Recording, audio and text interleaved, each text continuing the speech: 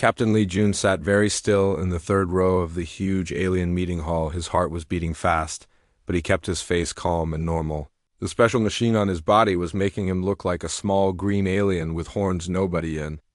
This room knew that a human was sitting right here with them. The meeting hall was bigger than any building June had ever seen. It had tall walls that went up so high he could not see the top. Hundreds of different alien creatures filled the seats. Around him some looked like giant lizards with sharp teeth, others looked like big bugs with many legs and shiny black eyes. There were floating things that looked like jellyfish and robots made of metal and wires. All these aliens had come to this secret planet called Nexus 7 to talk about one thing: how to kill every human in the galaxy. June was here because Earth Command had sent him on the most important mission of his life. He was their best spy and he could speak many alien languages. His job was simple: listen to everything the aliens said and bring the information back to Earth. But sitting here now, he knew this was much worse than anyone had thought at. The front of the hall stood a very tall blue alien with 4 arms. His name was Commander Thek, and he was the leader of a powerful alien race called the Altarians. His red eyes were glowing as he looked out at all the creatures in the hall. Commander Thek raised all 4 of his arms to get everyone's attention. The noise in the hall stopped, and everyone looked at him. My fellow beings, he said in a deep voice that echoed through the hall, we are here today to solve the biggest problem our galaxy has ever faced. The creatures called humans have become too dangerous. We must act now before it is too late. June felt cold fear run down his back, but he did not move. He had to look like he belonged here. The green alien sitting next to him nodded his head and made agreeing sounds. The humans started on just one small planet that continued, but now they are everywhere. They have built cities on dozens of worlds. They have big armies and powerful weapons. They are spreading like a disease through our galaxy. Many aliens in the hall started making angry noises. Some hissed like snakes, others clicked their teeth or buzzed like insects. They were all upset about humans taking over space that used to belong to aliens. But the worst part, Dex said, making his voice louder, is that humans are different from us. They do not think like we do. They do not act like we do. They are unpredictable, and that makes them very dangerous. June wanted to smile, but he kept his face blank. These aliens were afraid of humans because they could not understand how humans thought. That fear was going to be their weakness. The first speaker came up to the front of the hall. It was a creature that looked like green jelly with eyes. His name was Gurk, and he was from a race called the Blobians. He moved by sliding across the floor like a giant slug. I have studied human fighting for many years, Gurk said in a voice that sounded like water bubbling. They use very simple weapons that shoot metal pieces and bombs that explode. These weapons need electricity to work. If we use special machines to stop electricity on their planets, all their weapons will break and they will be helpless. All the aliens in the hall started talking excitedly to each other. They thought this was a great idea, but June knew something they did not know. Human weapons were built to work even when electricity was cut off. Human engineers had learned to make backup systems for everything. The next speaker was a creature made of clear crystal like glass. Her name was Zix, and when she talked it sounded like breaking glass. Humans need to breathe a special mix of gases, she said. If we change the air on their planets, they will die in just a few minutes again. All the aliens seemed very happy with this idea, but June knew humans had machines that could make breathable air anywhere. They had lived on planets with no air at all, and in the cold, empty space between stars. As more aliens came up to speak, June began to understand something very important. These aliens had watched humans for a long time, but they had never really understood what made humans special. They thought humans were just another species like themselves. They did not know that humans were the best survivors in the galaxy. A robot alien named Unit 5 rolled up to the front. On metal wheels, humans use computer networks to control everything on their planets, it said in a voice that sounded like a machine. If we put viruses in their computers, we can shut down their power, their water, and their food systems. Without these things, humans will die quickly. The aliens were getting more and more excited as each speaker shared their ideas for killing humans. But June knew that humans always had backup plans. When computers failed, humans used paper and pencils. When machines broke, humans used their hands. When systems shut down, humans found other ways to survive. The most scary part was listening to how much these aliens knew about human cities and space stations. They had maps of Earth showing where people lived. They knew about the colonies on Mars and the mining bases on asteroids. They had been watching and planning for a very long time. General Mox came to speak next. He was huge and covered in metal armor like a walking tank. His species used to be friends with humans, but now he was here planning to betray them. We have ships inside human space right now, he said in a voice like rocks grinding together. When we attack humans, we'll think we are there to help them. They trust us, and that trust will help US destroy them from the inside. This was the worst news, yet some of humanity's allies were actually enemies waiting for the right moment to strike. June felt angry, but he forced himself to stay calm. Getting angry would not help anyone. He had to focus on his mission. As the day went on, more and more aliens shared their plans. Each one thought they had found the perfect way to kill humans. They talked about poisoning human food, about attacking human children, about destroying human history and culture. They wanted to erase every trace that humans had ever existed. But what amazed June was how wrong they all were about humans. Every alien speaker made the same mistake. They thought humans were weak because humans were different. They thought humans would give up when things got hard. They thought humans would panic and make stupid mistakes when they were scared. These aliens had never seen humans fight for their lives. They had never seen what humans could do when they had nothing left to lose. They had studied human technology and human cities, but they had never studied the human spirit. The meeting hall started to empty as the first day ended. Aliens walked out in small groups, talking excitedly about the coming war against humanity. Some laughed and made jokes about how easy it would be to kill humans. Others argued about who would get which human planets after the war was over. June sat in his chair until most of the aliens had left. Then he slowly stood up and walked toward the exit. He had to move carefully because his disguise was not perfect. If anyone looked too closely, they might see that he was not really a Gorvik alien. Outside the meeting hall, the planet Nexus 7 was dark and cold. There were 3 moons in the sky, and strange alien birds flew between the buildings.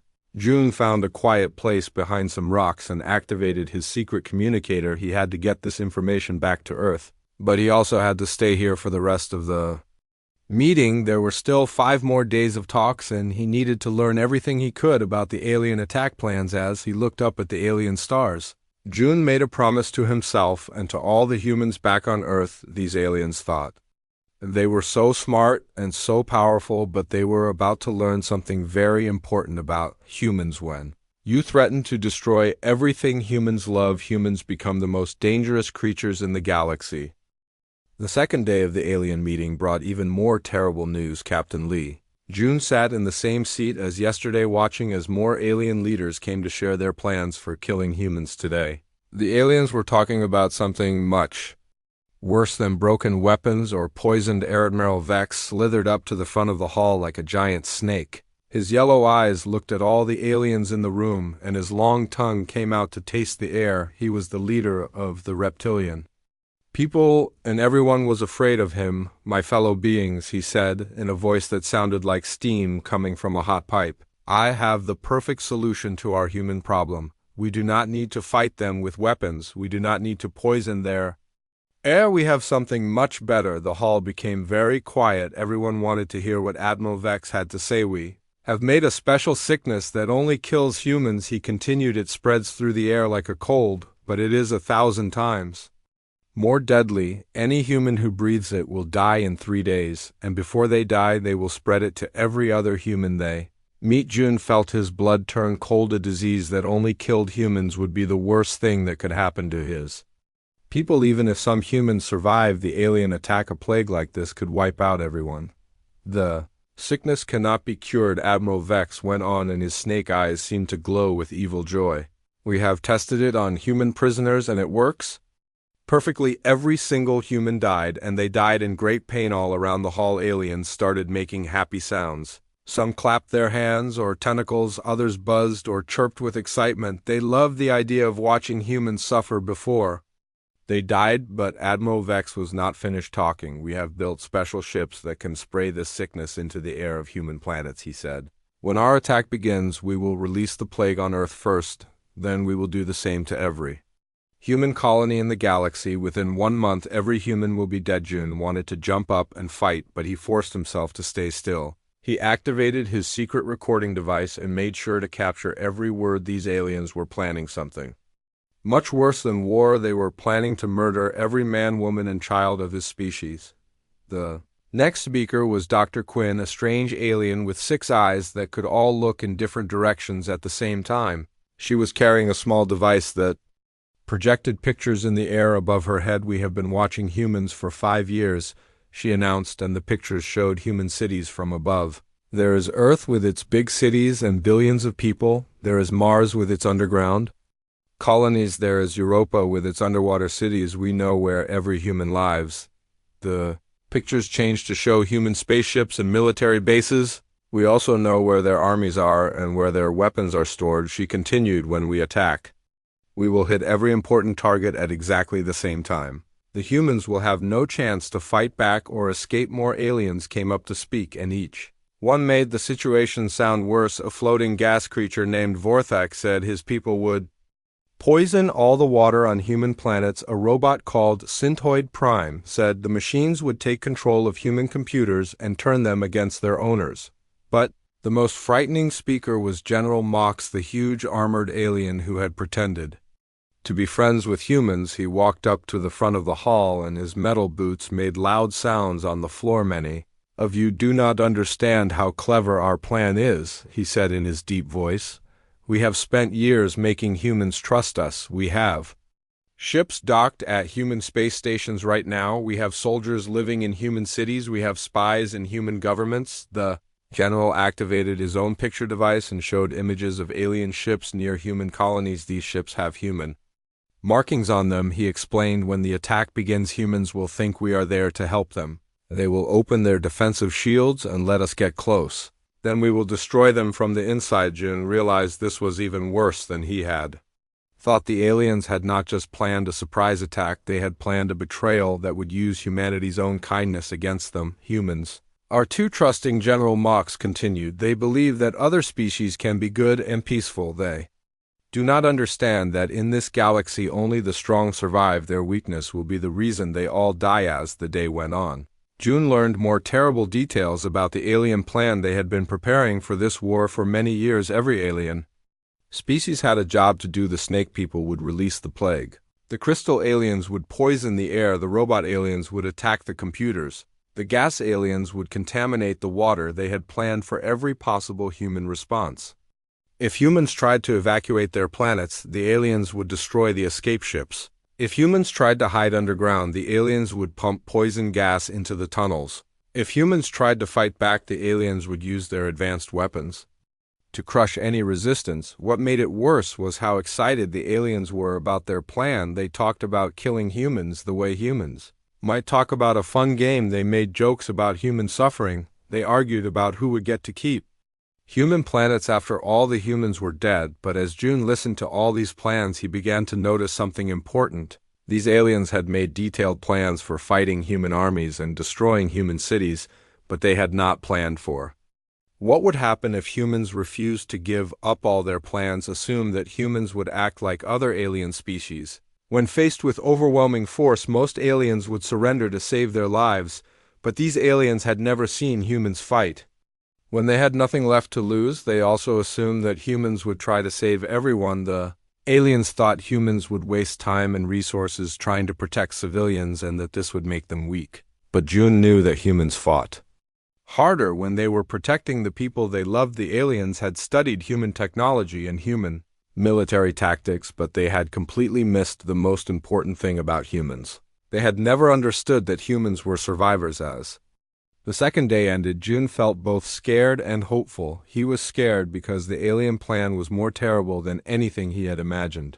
But he was hopeful because he could see that the aliens had made a big mistake. They thought they understood humans, but they really did not understand anything about what made humans special. They were planning to fight the humans they imagined, not the humans who actually existed. When the meeting hall emptied, June stayed behind again and sent another secret message to Earth. The information he was gathering would help save his people, but first he had to survive the rest of this meeting. As He walked back to his hiding place. June thought about his home planet Earth. He thought about the billions of humans who had no idea that aliens were planning to kill them all. He thought about human children playing in parks and human families eating dinner together. These aliens thought humans were weak and easy to defeat. They were about to learn that they had made the biggest mistake of their lives. Tomorrow, he would learn even more about their plans, and every piece of information would help humanity prepare for the fight of their lives. Aliens wanted to destroy humanity, but they had forgotten one important rule about humans: when you threaten everything humans care about, humans become absolutely unstoppable. The third day of the alien meeting brought something Captain Lee Jun had not expected. The aliens began talking about human behavior and psychology, but everything they said was completely wrong.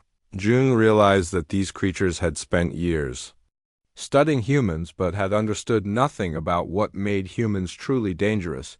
Professor Klepp shuffled to the front of the hall carrying old data tablets. The ancient alien had a huge brain that was twice the size of his body and tentacles that moved around his head like snakes. He was supposed to be the smartest creature in the galaxy, but as he began to speak, Jun realized how stupid he really was. "I have spent decades studying human history," the professor announced in a shaky voice. "These creatures are incredibly violent and primitive. They have fought wars constantly throughout their entire existence. They kill each other over land resources and even ideas." The professor activated his device and showed pictures of human battles from throughout history. There were ancient warriors with swords, medieval knights in armor, and modern soldiers with guns. "Look at this evidence," he continued. "They cannot live in peace for even a few years at a time. They are always fighting someone. Even when they have no external enemies, they create civil wars and fight among themselves." All the aliens in the hall nodded and made agreeing sounds. They thought this proved that humans were weak and chaotic, but Jun knew the truth. All those wars had not made humans weaker. They had made humans into the best fighters in the galaxy. Every battle had taught humans new lessons about survival. Professor was still talking about human violence. "They have no honor in combat," he said, showing more pictures. "They use ambush tactics. They attack from hiding. They pretend to surrender and then strike. They will do anything to win, including sacrificing their own people." Again, the aliens seemed to think this was a sign of weakness, but Jun almost smiled. These aliens fought with honor and rules and ceremony. Humans fought to survive and win. That was why humans would be victorious. The next speaker was Captain Yell, a floating creature that looked like a jellyfish made of light. It communicated by changing colors and patterns that machines translated into words. "I have studied human emotions," the creature announced as its lights pulsed in different patterns. "Humans are controlled by their feelings rather than logic. They make decisions based on love, fear, anger, and other primitive emotions. This makes them very predictable." The light patterns changed to show what the alien thought were human weaknesses. When humans are afraid, they make mistakes. When they are angry, they act without thinking. When they love someone, they will sacrifice everything to protect that person. All the aliens seemed very pleased with this analysis. They thought human emotions were a weakness that could be exploited, but Jun knew better. Human emotions were what made humans fight harder than any other species. When humans were protecting their families, they became unstoppable. Captain Yell continued its presentation, showing more examples of what it thought were human flaws. Humans cannot work together efficiently. It said the lights pulsed faster as it got more excited. They argue among themselves. They compete for resources. They cannot agree on simple decisions. The floating aliens showed images of human governments and argued that human politics proved humans were disorganized and weak. But Jun knew that human disagreement was actually a strength. Different opinions led to better solutions. Competition made humans stronger, not weaker. More aliens came up to share their analysis of human behavior. Each one was more wrong than the last. A hive mind creature called Collective Prime said humans were weak because they were individuals instead of working as one mind. A warrior alien named Bladewing Nyx demonstrated fighting techniques and claimed that humans had no skill in combat. The most ridiculous presentation came from Dr. Hex, whose species was made up of multiple bodies controlled by one brain. The doctor sent 12 identical creatures to the front of the hall, and they all spoke at Exactly the same time humans are inefficient because they waste time on art, music, and stories, the 12 voices said in perfect unison. They spend resources on entertainment instead of survival. They create things that have no practical purpose. This proves they are not serious about their own continued existence. June wanted to laugh out loud. These aliens thought human creativity was a weakness. They did not understand that human art and music and stories were what made humans fight so hard to survive. Humans did not just want to live, they wanted to live well. As the day continued, June began to see a clear pattern. Every alien species was judging humans based on their own values and experiences. The cold, logical robots thought human emotions were flaws. The violent warrior species thought human cooperation was weakness. The hive minds thought human individuality was chaos. But the most telling moment came when Commander Nick stepped forward to demonstrate what he called superior combat techniques. The alien warrior had sharp blades growing from his arms, and he moved with deadly grace. "Watch how a real fighter moves," he announced as he performed a complex series of attacks. "This is honorable combat. Between equals, humans fight like cowards. They hide behind cover. They attack in groups. They use weapons from long distances. They have no courage or skill." The alien crowd cheered as Nick showed off his blade work, but June knew that human soldiers would defeat this alien easily. Humans had learned long ago that survival was more important than honor. When facing a stronger enemy, humans would use every advantage they could find. The alien continued his demonstration, showing elaborate dueling techniques and formal fighting stances. "In single combat, any of our warriors could defeat 10 humans," he declared proudly.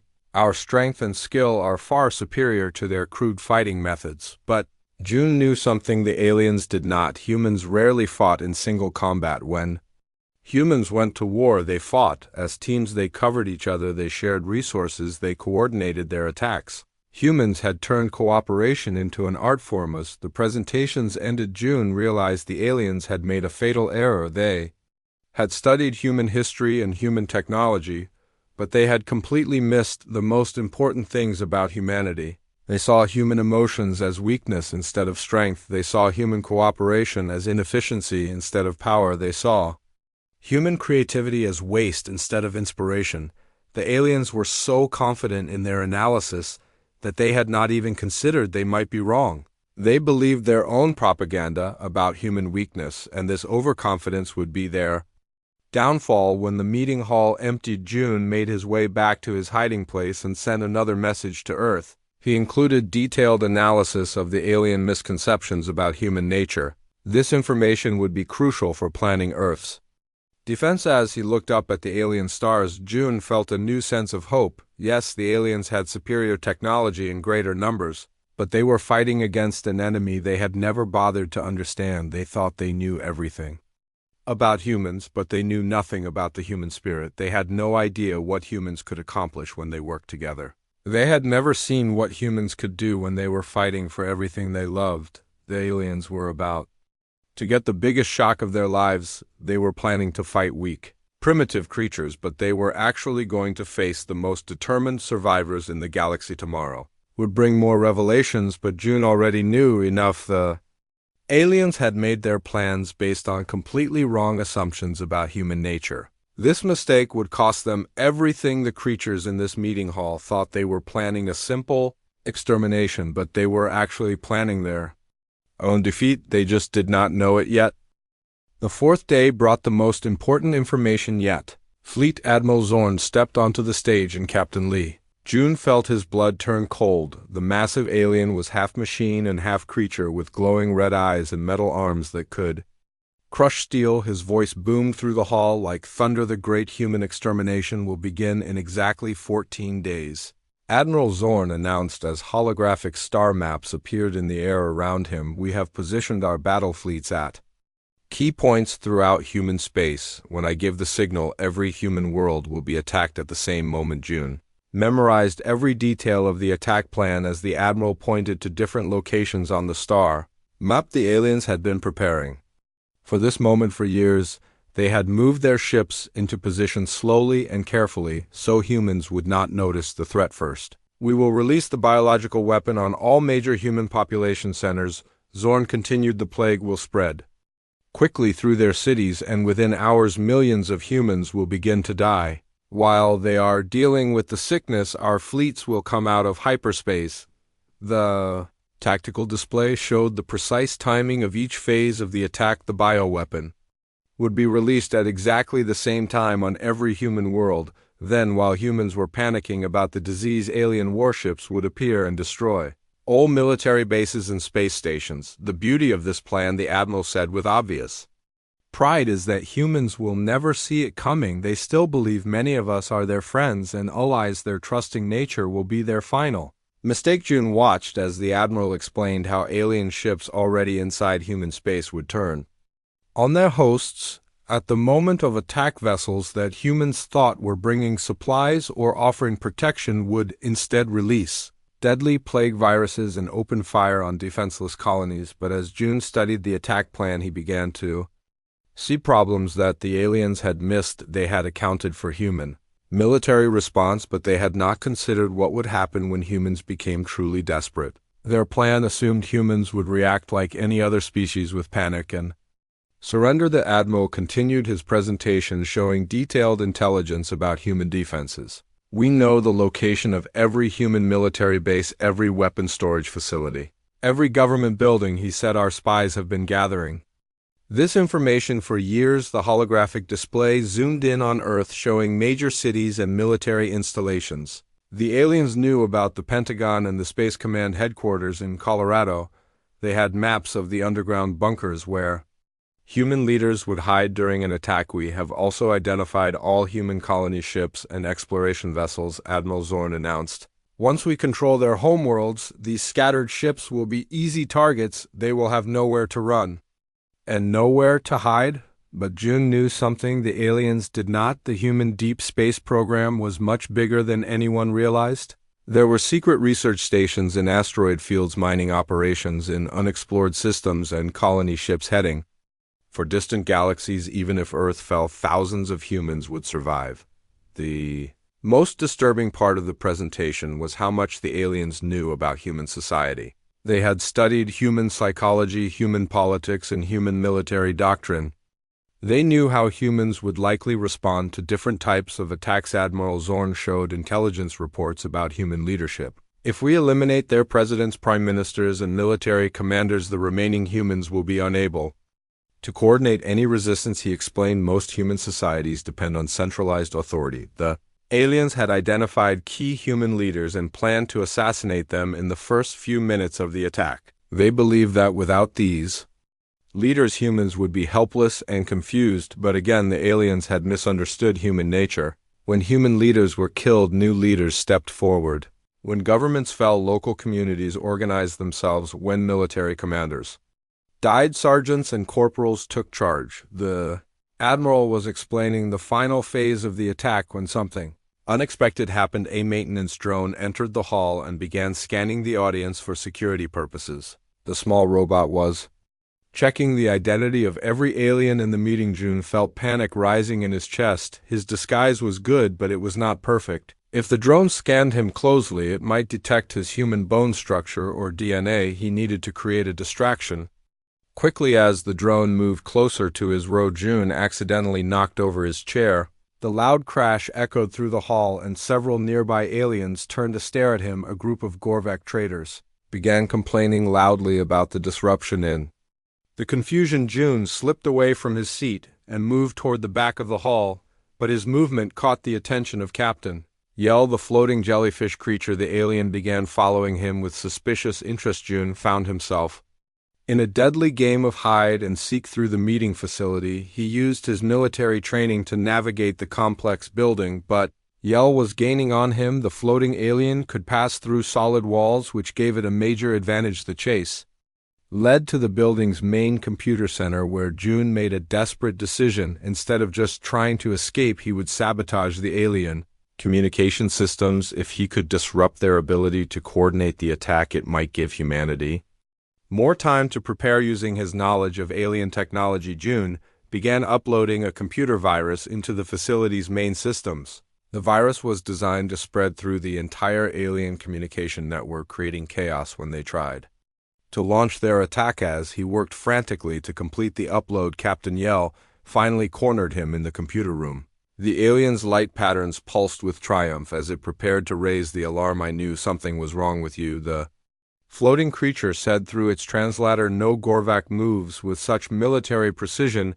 You are not what you appear to be." June had one last desperate plan. He activated his suit's emergency system, which would create an electromagnetic pulse strong enough to temporarily disable all electronics in the building. The pulse would not kill him, but it would give him a chance to escape. The explosion of energy rocked the entire facility and alarms began wailing throughout the building. In the darkness and confusion that followed, June fought his way through panicked aliens and reached an emergency exit. As he ran across the planet's surface toward his hidden escape ship, June could hear the sounds of chaos behind him. The aliens were scrambling to restore their systems and figure out what had happened. He reached his ship just as alien security forces began searching the area. The small vessel was designed to be invisible to most sensors, and he managed to launch without being detected. As his ship accelerated away from Nexus 7, June sent a final message to Earth. The virus he had uploaded would spread through alien communication networks, causing confusion and delays. This would buy humanity precious time to prepare for the coming war, but time was running out. The aliens had 14 days to coordinate their attack, and even with the virus causing problems, they might still be able to launch their invasion. June set course for Earth at maximum speed. He had to warn his people about what was coming. The aliens had planned carefully and they had superior technology, but they had also made critical mistakes in understanding their enemy. The biggest battle in human history was about to begin, and everything depended on whether humanity could turn the aliens' overconfidence against them. As the stars streaked past his ship's windows, June thought about the billions of humans who had no idea their entire species was about to be tested in the ultimate fight for survival. The aliens thought they knew everything about humans, but they were about to discover they knew nothing at all.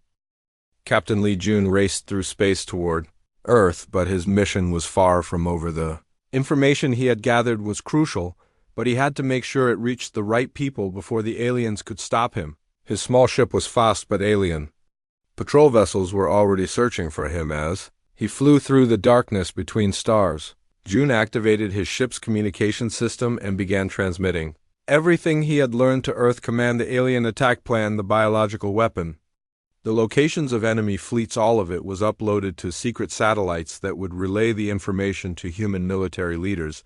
But sending the information was only the first step. June knew that many people on Earth would not believe such a terrible threat was real. Politicians would argue that the intelligence was wrong. Military leaders would say the aliens were too weak to pose a real danger. Some humans would refuse to accept that their alien friends were actually enemies. The flight back to Earth took 3 days, and during that time, June worked constantly to prepare detailed reports about everything he had seen. He analyzed the alien attack plan, looking for weaknesses and blind spots. He studied their technology, trying to find ways humans could counter their advantages. When his ship finally approached Earth's solar system, June was amazed by what he saw. Hundreds of human warships were already moving into defensive positions around the planet. Word of the alien threat had reached Earth Command, and they were taking no chances. Admiral Park Sumi contacted June's ship as he approached Earth's moon. "Captain June," she said through the communication system, "your intelligence has changed everything we have been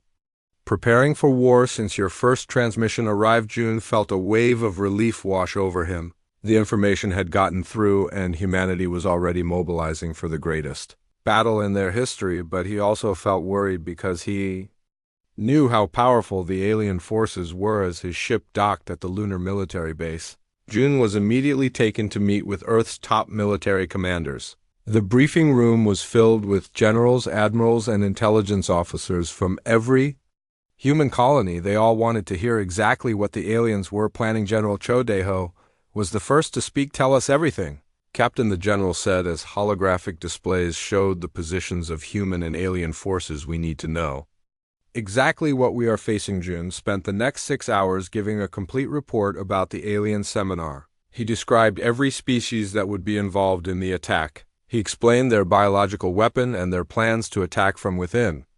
Human Space, he detailed their misconceptions about human nature and their overconfidence in their own abilities.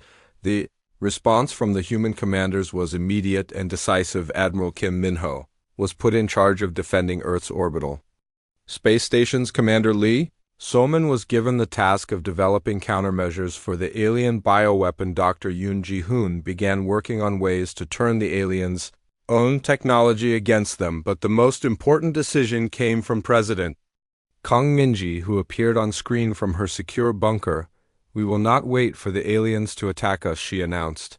"If they want a war, they will get one, but it will be on our terms." Within hours of June's arrival, human military forces began moving throughout the galaxy. The aliens had assumed they would have the element of surprise, but now humans were preparing ambush of their own. The biological weapon that the aliens were so proud of became useless when human scientists developed a universal vaccine. In just 2 days, Dr. Lee Soman led a team that worked around the clock to create a treatment that would protect humans from the alien plague. The electromagnetic pulse weapons that were supposed to disable human technology proved worthless when human engineers activated backup systems that had been designed years earlier.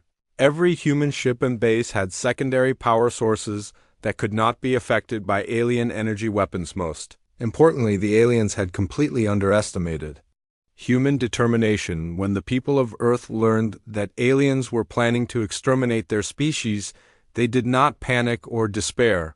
Instead, they became angry, and that anger turned them into the most dangerous fighting force the galaxy had ever seen. Volunteers lined up at military recruitment centers faster than they could be processed. Factories that had been making civilian goods switched to producing weapons and ammunition. Overnight, scientists who had been working on peaceful research projects began developing new ways to fight aliens. The transformation was remarkable, and it happened in just a few days. Earth went from a peaceful planet to a fortress world bristling with weapons and filled with people ready to fight to the death. But the most surprising development came when several alien species contacted Earth to offer their help. Not all aliens supported the Galactic Council's plan to exterminate humanity. When word spread about the planned genocide, many alien leaders were horrified. The peaceful Harmonians sent a secret message offering to share intelligence about alien military movements. The independent traders promised to supply humans with advanced technology. The neutral observers agreed to serve as witnesses if humans won the war. These alien allies proved that the Galactic Council did not speak for all species in the galaxy. Their plan to unite everyone against humanity had actually divided the alien community and created new friends for the human cause. As the 14-day countdown continued, humans prepared for battle on multiple fronts. Space fleets moved to protect human colonies. Ground forces prepared to defend major cities. Scientists worked to develop new weapons and defenses. Aliens had planned their attack assuming humans would be caught completely off guard. But thanks to June's intelligence gathering, humanity was ready for war. On the 13th day before the planned attack, human forces launched their own surprise assault. Captain Kim Taeyang led a strike force that destroyed 3 alien supply bases.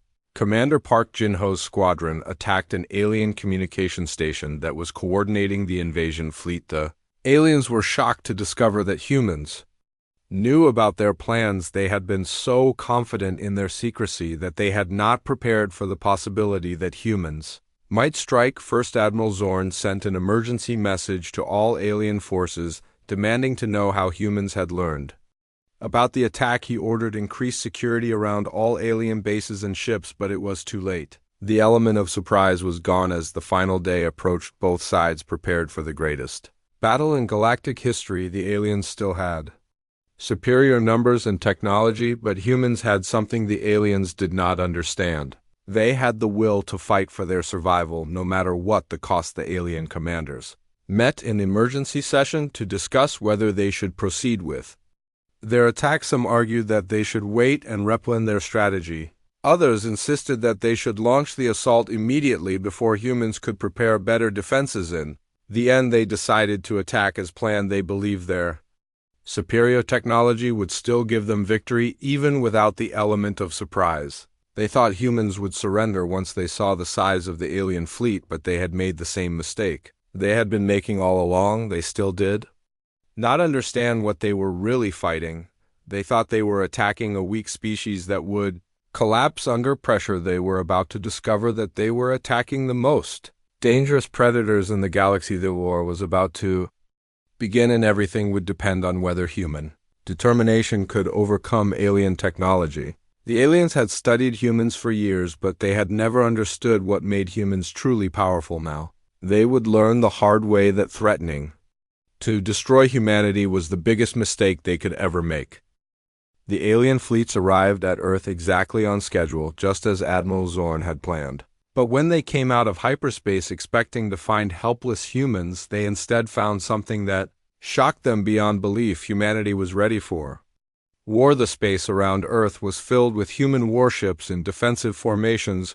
Orbital defense platforms bristled with weapons. Space stations had been converted into military bases. The aliens had expected to attack by surprise, but instead they found themselves facing a prepared enemy. Admiral Zorn stared at the tactical displays on his command ship in complete confusion.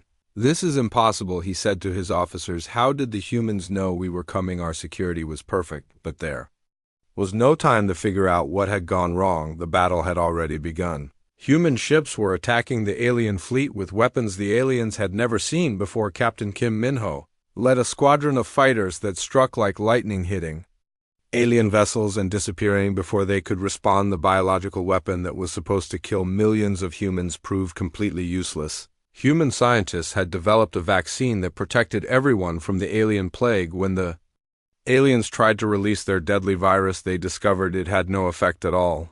Electromagnetic pulse weapons that were meant to disable human technology also failed. Human engineers had prepared backup systems for everything. When alien energy weapons tried to shut down human ships, the backup power sources activated immediately. But the biggest shock came when the aliens discovered that humans fought differently than any other species in the galaxy. When alien commanders expected humans to surrender after losing a few ships, human forces instead attacked even more aggressively. Captain Lee Jun had returned to active duty and was commanding a destroyer in the Earth Defense Fleet. He led his ship into the thick of the battle, targeting alien command vessels. His crew fought with desperate courage, knowing that the survival of their species depended on their efforts. The battle raged for 3 days and nights around Earth. The aliens had superior numbers, but humans had superior motivation. Every human fighter knew that they were not just fighting for victory, they were fighting for the right to exist on. The second day of battle, something happened that changed everything. Captain Park Sumi was leading a group of human ships against a much larger alien fleet. When her engines were damaged and she could not escape, she made a decision that stunned the alien commanders. Instead of surrendering or trying to run away, Captain Sumi ordered her ship to ram directly into the alien flagship. The kamikaze attack destroyed both vessels, but it also killed Admiral Zorn and threw the alien fleet into chaos. The aliens had never seen anything like this before in their culture. When a battle was lost, commanders surrendered to save their lives, but humans would rather die fighting than give up. This realization sent shockwaves through the alien forces, with their supreme commander dead and their coordination disrupted by the computer virus Captain Jun had planted. The alien fleet began to fall apart. Different species started blaming each other for the failure of their plan. The snake-like reptilians accused the crystal creatures of cowardice. The robot aliens claimed the gas beings had provided bad intelligence. The floating jellyfish aliens argued that the insect species had not fought hard enough. Meanwhile, human forces pressed their advantage. Commander Cho Daeho led a counterattack that pushed the alien fleets back beyond the asteroid belt. Dr. Kang Solman had developed new weapons during the battle that could penetrate alien shields. But the most important moment came when Captain Lee Jun activated a special communication system that broadcast a message to every alien world in the galaxy. His transmission reached billions of creatures across thousands of planets. You held a seminar on killing humans. Jun's voice echoed through space, and his words were translated into every alien language. You studied us like bugs in a jar. You planned our extinction down to the smallest detail, but you made one huge mistake. The transmission included recordings from the alien seminar showing their leaders casually discussing genocide. It revealed how they had betrayed their human allies and planned to murder Innocent civilians, you never understood what makes humans dangerous. June continued. We are not dangerous because we are violent. We are dangerous because we never give up. We protect each other. When you push us to the edge, we push back harder than you ever imagined. The message ended with footage of the battle around Earth, showing human ships ramming alien vessels and human fighters continuing to attack even when their weapons were destroyed. You wanted to know how to kill humans, June said. In his final words, now you know how humans fight back. The effect of this broadcast was immediate and devastating. Alien species throughout the galaxy began to reconsider their support for the war. Many had believed the Galactic Council's propaganda about humans being weak and primitive, but the battle footage showed something completely different. Some alien governments that had supported the attack began to withdraw their forces. Others sent secret messages to human leaders asking to negotiate peace. Several alien species that had been neutral decided to offer help to humanity. The failed invasion became a turning point in galactic history. The aliens had tried to eliminate humanity, but instead they had proven that humans were the most formidable species in the galaxy. Over the following months, human forces went on the offensive. They attacked alien military bases and freed human prisoners. They established new colonies and systems. The aliens had claimed they began to spread human influence throughout the galaxy. The Galactic Council that had once planned humanity's extinction was forced to ask for peace talks. The aliens, who had been so confident in their superiority, now feared what humans might do if the war continued. But perhaps the most important change was in how other species viewed humanity. Before the war, many aliens had seen humans as newcomers who did not deserve respect.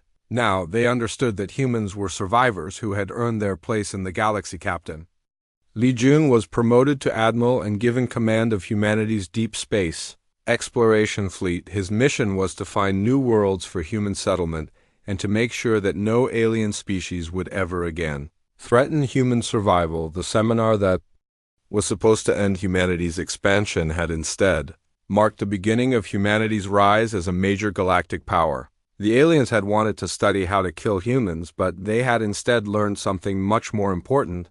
They learned that humans were never more dangerous than when someone tried to destroy them. They learned that human determination could overcome any technological advantage. They learned that threatening humanity was the biggest mistake any species could make. The final report in the Galactic Council's files on humanity contained just one sentence: threat assessment, maximum recommendation, negotiate for peace. The aliens had held their seminar on killing humans, not knowing that one human sat in the third row, listening to every word. That human had saved his species and changed the fate of the galaxy. The war was over, but humanity's greatest adventures were just beginning. The aliens had tried to end the human story, but instead they had helped write the first chapter of humanity's expansion across the stars. Captain Li Jun looked out at the stars and smiled.